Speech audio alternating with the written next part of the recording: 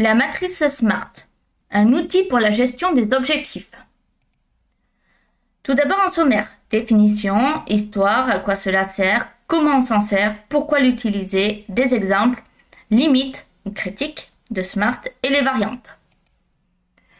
On va commencer par définir SMART. SMART, c'est un acronyme qui est utilisé pour formuler des objectifs de manière claire et efficace.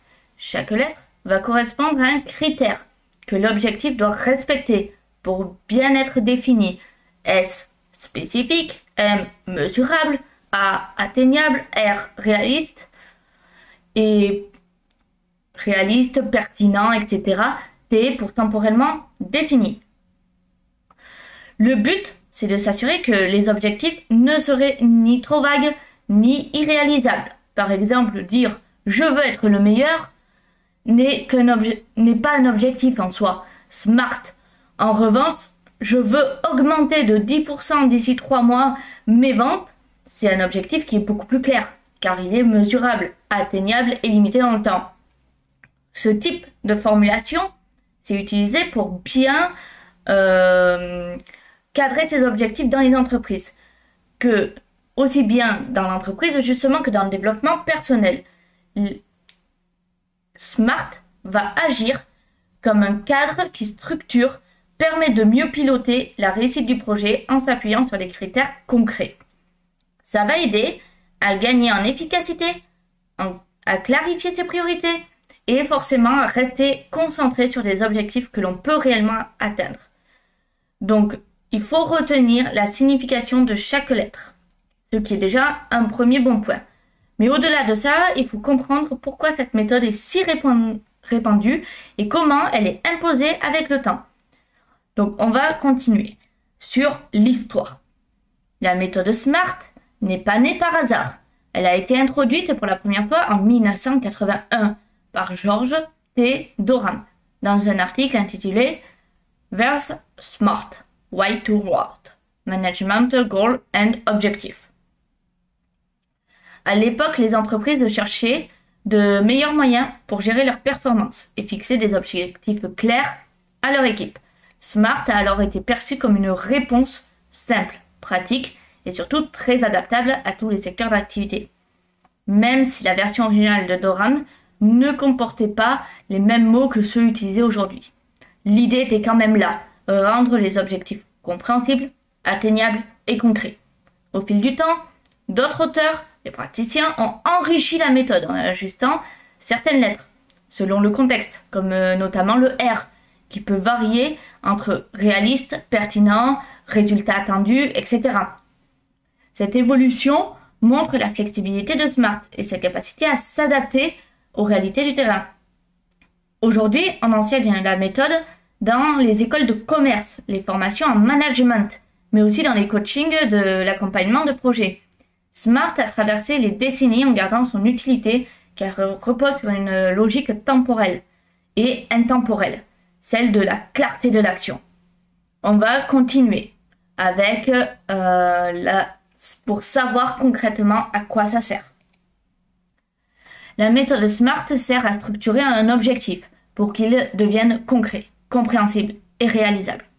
Sans méthode ni objectif, ça peut rester très flou, irréaliste ou simplement inaccessible. SMART nous oblige à poser des balises précises sur ce que l'on souhaite faire. Par exemple, on va prendre justement un exemple très simple. Une personne veut se remettre au sport. Ok, comment, quand, à quelle fréquence? Avec SMART, cette phrase deviendra faire 30 minutes de course 2 fois par semaine pendant les 3 prochains mois. L'objectif devient alors plus facile à suivre et donc plus facile à atteindre. Dans le cadre professionnel, c'est la même chose. Une équipe qui veut améliorer la satisfaction client deviendra précise quand elle fait ses mesures. Quel est l'objectif chiffré? Dans quel délai? SMART facilite donc le suivi des progrès et permet d'ajuster les actions en cours de route, motive les individus car ils voient des résultats concrets. Cette méthode va aider aussi à prioriser si un objectif ne rentre pas dans le cadre SMART. Cela peut être qu'il est mal formulé, trop ambitieux. Il faut savoir que ça permet une communication plus claire au sein des équipes. En résumé, SMART, c'est un outil d'organisation, de motivation et d'évaluation des objectifs. Comment on s'en sert? Pourquoi utiliser SMART? Il faut passer en revue chaque critère de l'acronyme quand on écrit un objectif. On commence par le S, spécifique. Cela veut dire que l'objectif doit être clair, sans ambiguïté. Par exemple, améliorer la communication, c'est beaucoup trop flou. Il faut dire réduire le nombre de mails internes de 20%. Ensuite, M, mesurable. Il faut pouvoir quantifier ou évaluer l'avancée. Un chiffre, un indicateur, un seuil, quelque chose qui permet de savoir si on avance. Atteignable. Il faut que l'objectif soit possible à réaliser avec les ressources disponibles. Si fixer un objectif est hors de portée, c'est décourageant. Réaliste, pertinent, etc. Ici, on vérifie que l'objectif fait sens par rapport à la situation, à la stratégie ou aux besoins. T, temporellement défini. Il faut une date butoir, un calendrier précis pour éviter que l'objectif reste éternellement en attente. Il faut un point de départ, un point d'arrivée. On peut s'aider d'un tableau ou d'un canevas SMART pour formuler tout ça proprement. C'est une bonne idée de relire l'objectif à voix haute. S'il est SMART, on doit sentir qu'il est clair, motivant, faisable, mesurable et cadré dans le temps. Avec un peu d'entraînement, cette méthode va devenir automatique pour vous. Pourquoi utiliser SMART? Il y a plusieurs raisons qui font de SMART une méthode utilisée. La première, c'est sa simplicité. Tout le monde peut l'apprendre rapidement, sans formation complexe. Ensuite, elle est pratique, voire très pratique. On peut l'appliquer à presque tout. Projet professionnel, gestion d'équipe, objectifs personnels, etc. Elle aide à éviter les pièges des objectifs trop flous, qui sont irréalisables ou mal planifiés. SMART, ça permet de rester motivé. Quand un objectif est clair et mesurable, on voit les progrès. Ça donne envie de continuer. Ça favorise la responsabilisation. Chaque personne ou équipe sait ce qu'elle a à faire et dans quel délai. Une entreprise, elle facilite la communication entre les managers et les équipes, car les attentes sont définies sur noir sur blanc, si on peut dire ça comme ça. Autre avantage, ça structure le travail. On avance étape par étape avec un objectif précis en tête.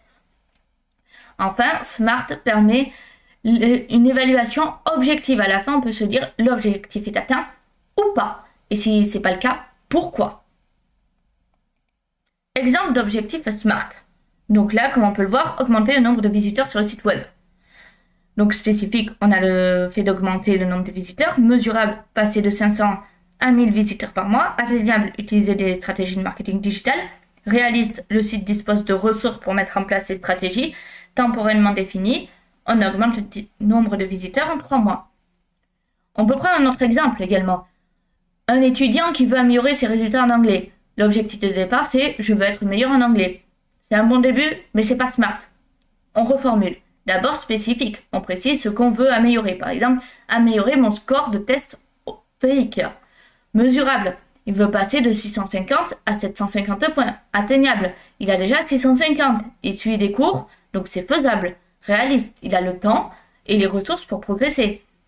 Temporellement défini, il se donne un délai, donc 4 mois par exemple. L'objectif final devient donc je veux obtenir un score de 750 points au TOEIC d'ici 4 mois en suivant 2 cours par semaine et en révisant 3 heures par semaine. Là, c'est un objectif clair, motivant et suivi dans le temps. On peut aussi suivre l'évolution chaque mois et faire des ajustements si nécessaire. Limite ou critique de SMART. Donc, comme toute méthode, SMART a ses limites. D'abord, c'est peut-être un peu trop rigide parfois. Certains objectifs créatifs ou exploratoires ne rentrent pas bien dans le cadre SMART. Par exemple, innover dans le domaine de l'intelligence artificielle n'est plus ou n'est pas facilement mesurable ou temporel. Ensuite, fixer des objectifs SMART peut pousser à viser uniquement ce qui est facilement mesurable, au détriment de d'autres valeurs comme l'humain, l'éthique ou le long terme. Autre critique, si l'on se concentre trop sur l'atteinte de l'objectif, on peut oublier l'apprentissage en chemin. Il arrive aussi qu'un objectif SMART, bien défini, soit mal interprété ou impose certaines contraintes. sans concertation, ce qui démotive au lieu de motiver. Donc parfois le cadre SMART n'est pas adapté à certains projets collaboratifs, où il y a de fortes incertitudes. Il faut aussi savoir que la méthode n'intègre pas spontanément la dimension émotionnelle ou intuitive. C'est pour cela qu'il y a des variantes de SMART. On retrouve par exemple Smarter ou Clear. Donc pour répondre plus facilement à ces limites, il y a Smarter, donc ce mot va ajouter 2 lettres pour Evaluated et R pour Reviewed. Ça met l'accent sur le suivi et l'ajustement des objectifs dans le temps. Un objectif Smarter est donc révisé régulièrement pour ne pas rester figé si les circonstances changent. Une autre variante est la méthode Clear, qui est plus adaptée à des environnements collaboratifs. C'est pour collaboratif, l'objectif est porté par un groupe, pas seulement par un individu. L pour limited, il est limité en portée dans le temps. Ensuite, on a E pour émotionnel, qui suscite de l'engagement. On a A pour appréciable, découpé en petites étapes atteignables. R pour refinable, qui est modifiable selon les retours. C'est une variante que montre SMART à une base utile, mais qui peut être enrichie selon le contexte. Pour conclure, donc la méthode SMART, c'est un outil simple, mais extrêmement puissant pour formuler des objectifs clairs, concrets et atteignables. Ça s'adapte à de nombreux contextes, que ce soit la gestion de projet, le développement personnel, le management, etc. On a 5 critères spécifiques, mesurables, atteignables, réalistes et temporellement définis, et ça nous pousse à réfléchir en profondeur à ce que nous voulons vraiment accomplir et comment nous allons y parvenir.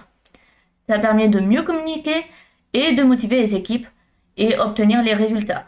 Comme on l'a vu, SMART, c'est pas une solution miracle, ça a ses limites, notamment quand les objectifs sont flous, créatifs, collectifs ou en évolution constante. C'est pourquoi il y a des variantes qui existent. Mais l'essentiel à retenir, c'est qu'un bon objectif ne doit pas seulement être bien formulé. Il doit surtout avoir du sens, motiver et s'inscrire dans une dynamique de progression.